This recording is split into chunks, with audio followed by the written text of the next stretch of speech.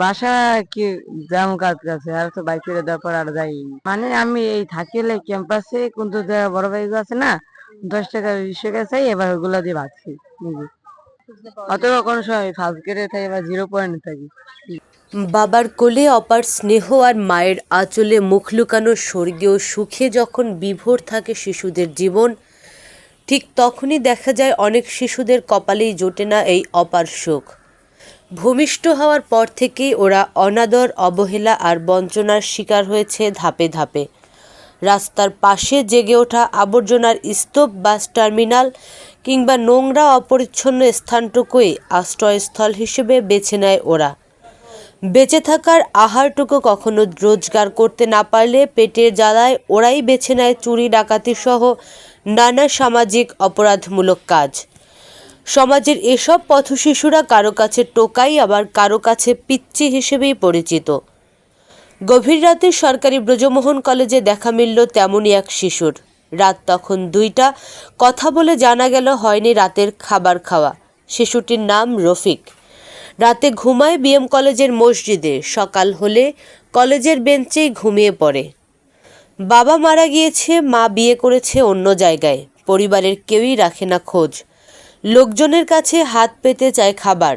কেউ দিলে খাবার খায়, আর না দিলে না খেয়েই দিন কাটায়। সুযোগ পেলে পড়ালেখা করে বাংলাদেশ সেনাবাহিনীতে চাকরি করতে চায় রফিক। না কাজ বাজ নাই, পুরো বেকার আছি। মানে আমি মানে পুরো এলাকা চিনতাম না, পরে একবার আমি বাসওয়ালা করে বলছি ভাই আমার বরিশাল পুরো চিনি না, আমার এক জায়গায় নামাই দেয়। পরে এরা আবার নতুন লোক নামাইতেছে, নামাই দেওয়ার পর আস্তে আস্তে জায়গায় সব চিনছি। 2-3 মাস হবে। বাসা কি যাম কাজ কাছে আর তো বাইক করে দেওয়ার পর আর যাই।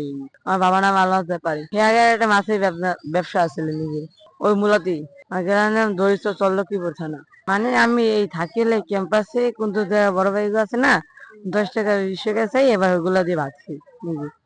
সকালে কিছু খাই না, সকালে করে ওরা এই মাত্র মুড়ি খাওয়াইছে, রাত্রে ইতে বইয়া ওরা আবার করছে কি করে ভাইলা ধরছিল ওইটা, পরে মুরগির মাংস দিয়ে ভাত খাওয়াইছিল।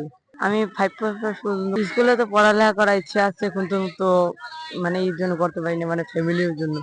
হেরা তো মারা যাওয়ার পর কিন্তু দাদা দাদি হেরা করায়নি। যদি কোথাও থাকার জায়গা পাও অবশ্যই থাকতাম, যেতাম। বড় হলে আমি হব সেনাবাহিনী, থাকবো ওই ধরো মেহাগো বাসা দিয়ে থাকতাম, কয়টা টুকি গেছিলাম, পড়ালেখা করলাম, পড়ালেখা হয়তো বা মাদ্রাসা নিলে স্কুলে পড়ে যেতাম। নানা ভাই মধ্যে আছে হেরা, মানে হেরা আছে বুঝছেন।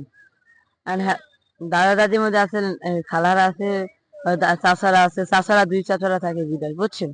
হেরা মানে পড়ালেখা হেরা এতদিন ধরে খরচ দিত, মানে হেরা পরীক্ষায় ফিস দিতে পারবে না, বা হেরা মানে আমার অনেক খাতা কলম এগুলা কেনা লাগবে, হেরা এগুলা দিতে পারবে না বুঝছেন।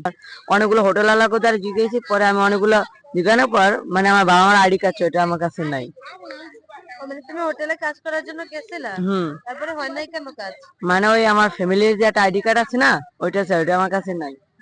অথবা কোনো সময় ফার্স্ট গ্রেডে থাকি বা 0 পয়েন্ট থাকি।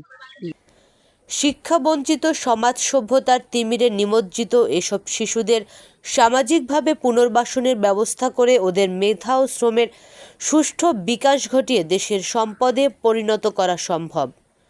তাই সচেতন মহলের কাছে অনুরোধ, রফিকের মতো অসহায় শিশুদের পাশে এসে দাঁড়ান। তাহলে এরা উপযুক্ত শিক্ষা গ্রহণ করে দেশ গড়ার কাজে অংশ নিতে পারে। মাহফুজ নুসরাত, বাংলাদেশ বাণী, বরিশাল।